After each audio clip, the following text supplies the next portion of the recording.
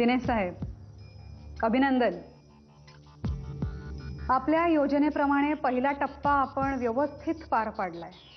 मंजिरी थोराटच्या मृत्यूने आपल्याला जे साध्य करायचं होतं ते झालंय. आता प्लॅनचा दुसरा टप्पा, अर्थात नरसिंह किल्लेदार. तुझ्या आईची तब्येत कशी आहे? नाही सुधारणा झाली अजून. डॉक्टर सुद्धा ते ऑपरेशन केलंच पाहिजे म्हणून अडून बसले. आत्याबाई, माईसाहेब थोरातांची मुलगी मंजिरी. आता तिचं काय? नरसिंह परत भेटायला गेला तो का काय तिला? आत्याबाई, तिचा खून झालाय. काय? हो. मंजिरी, तुझा योगायोगांवर विश्वास आहे. खरं सांगू का, तुमच्या इतका माझा कोणावरच विश्वास नाही. मला वाटतं रात्र खूप झाली आहे, तू जा आता. नाही, मी तुम्हाला अशा अवस्थेत एकट्यानं सोडून नाही जाणार. नरसिंह, बरं झालं नीता तू आलीस. मला जरा महत्वाचं बोलायचं तुझ्याशी. नीता, मी असा निर्णय घेतलाय की मी उद्या सकाळी स्वतः पोलीस स्टेशनला जाणार. मंजिरीच्या खुनाच्या आधी तिची आणि माझी भेट झाली होती याबद्दल सगळं खरं खरं सांगणार. तिचं ना कोणाशी भांडण ना वैर, कुठल्या नराधमानं केलं असेल हे कृत्य. दॅट विल बी रिव्हील्ड सून. ती एक समाजसेविका होती. समाजसेवा करत असताना कुणाचे तरी हितसंबंध दुखावले गेले असतील आणि मग सूड घेण्यासाठी तिचा काटा काढला गेला असेल. आता तिचा खून म्हणजे तुझ्यावर संशय येणारच ना.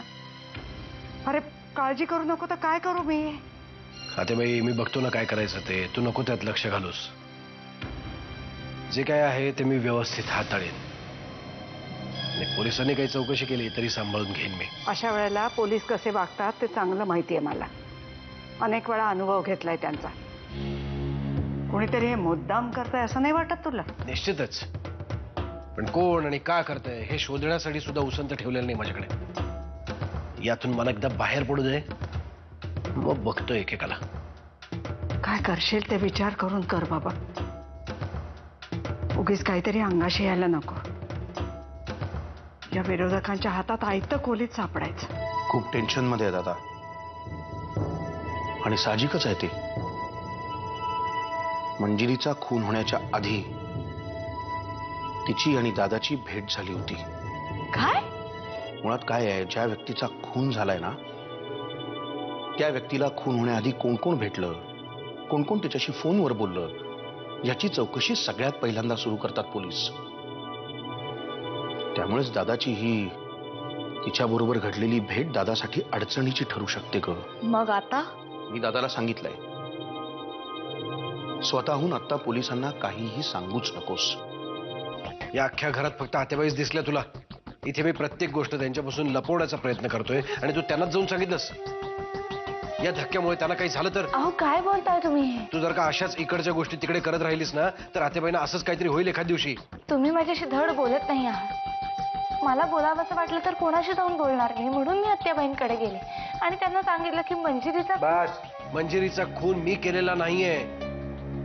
उगीच माझ्यावर तसा संशय घेऊन वातावरणात भर घालू नकोस. मी तुमची शत्रू आहे का? तो परवडला. निदान आपल्याला माहित असतं की हा आपला शत्रू आहे. मी फक्त तुमच्या काळजीपोटी बोलते. माझी काळजी वाटत असेल ना तर मला भेटायला सुद्धा येऊ नकोस, तसा प्रयत्न सुद्धा करू नकोस. ठीक आहे. इथे कोणाचा तरी खून झालाय ही काय गॉसिप करण्यासारखी गोष्ट आहे का? आत्याबाई कोणी परक्या नाहीये. नाही येत ना तरी गेलीस त्याला त्रास द्यायला. आता त्यांची समजूत काढताना नाकी नऊ येणार आहेत माझ्या. माझ्याकडून चूक झाली असेल तर माफी मागते मी तुमची, पण ती मंजिरी. बस, पुन्हा तिचं नाव घेऊ नकोस कधी. इथून पुढे मंजिरीचं नाव तुझ्या तोंडात कधीही येता कामा नये. कळलंय तुला? कळलंय का?